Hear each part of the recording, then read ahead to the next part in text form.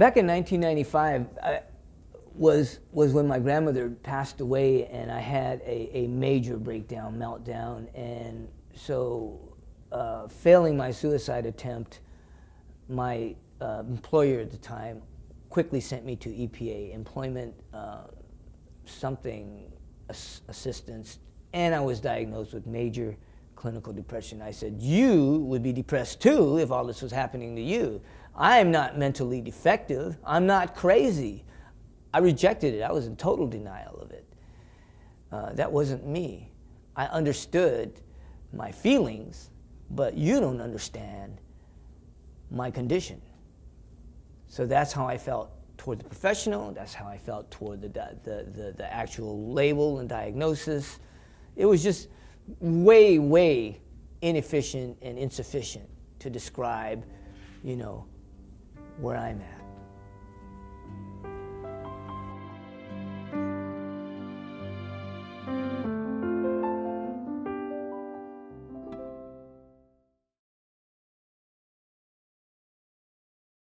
I'll describe my life growing up was a feeling of alienation, alienness. I was adopted into this world. I was adopted by adoptive parents. I came over from a foreign country, China, speaking Cantonese. The place where I landed was in a neighborhood of colors. Namely, my neighbors to the right and to the left were Mexicans speaking Spanish, therefore my nickname, Lorenzo. And my first language in this country was Spanish. My third language then is English, and I struggled with that language. So growing up was very confusing.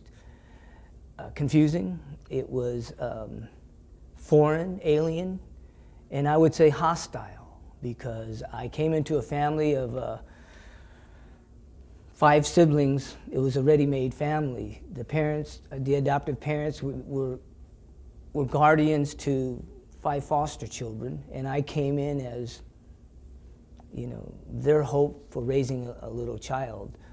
But I never felt that I fit. I always felt out of place. So, given that background, I found challenges and issues when I first started school with not understanding the teacher saying my name, which legally is Larry. I always heard my name as Yuwa or Lorenzo. And if anybody tried to pronounce my name in English from our family, it was Lale. So I didn't even recognize my name being called. And I was punished with a note pinned on me. And because my mom knew that something was bad from the note, she spanked me without even understanding the note. So that tells you also that I kind of grew up in a history of physical abuse. And later on, my adoptive grandmother, I'm not related to anybody in my family other than my biological son, but my grandmother, who came over after me, was the one who actually picked me out of the orphanage, and I bonded with her from 3 months to 3 years old. It took literally that long for the adoption and the immigration process.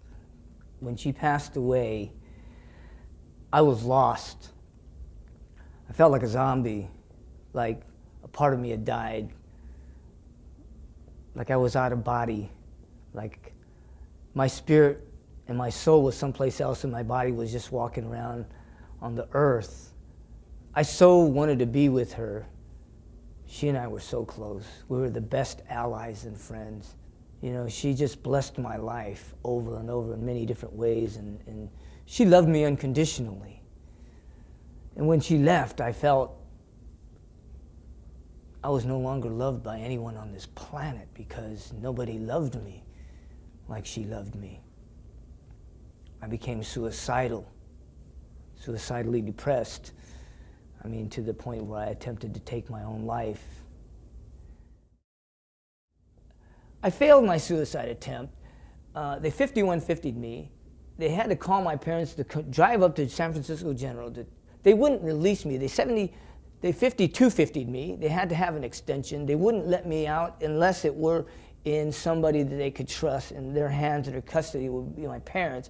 I'm back home, a 40-year-old middle-aged man, made his success and living with his parents. That became even more depressing. So I roamed the streets looking for some comfort, and I found crack cocaine. And that was the answer, because when I took that hit, I didn't have to care. It didn't matter. It made me, it exonerated me emotionally from caring. I'll tell you though, living on the streets and ending up homeless and broke, I learned to become a survivor. I learned from the best of them. I had learned from the best of them. I learned from the best of the underworld, the illegitimate world, and I had learned from the best of the corporate, legitimate world. It almost became a safer, more comfortable environment because I didn't have to prove myself as much. All I had to do was survive.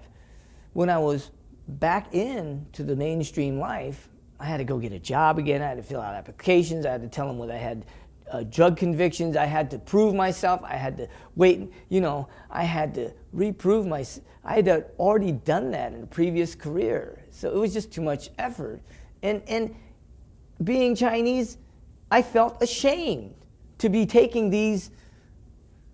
For example, my first job out of my first program, drug rehab program, was working at the cash register for Barnes & Nobles. I was making minimum wage.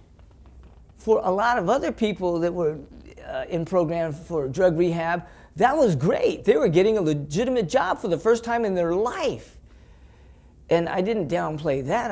I respected that. But for me, it's like too many steps. So it was easy that I went in and out. When I finally moved from Fresno back to the Bay Area, Berkeley, in 2008, I had just enough money. By then I had been diagnosed. By then I was receiving an SSI check, and I could make it from paycheck to paycheck to paycheck. But I could barely subsist, right? Back then the laws were such that you couldn't even find a place to rent cheap enough. So I went homeless still, but I was able to at least eat and maybe have a few, better shelter. I was able to buy a tent and have a sleeping bag, but there was really no place to sleep, legally. So I was still disenfranchised, so to speak. It was during those moments of each one helping one another that I first experienced peer support in terms of what we see as peer support these days in mental health. And come to find out, many of them also have had diagnoses. Come to find out, many of those people have also had traumatic events. Going to NA and AA meetings, come to find out many of us have shared common traumas that were diagnosed, that we share life issues and problems. But I don't see this as, no longer see this as being mentally defective or mentally ill. Life is a treasure,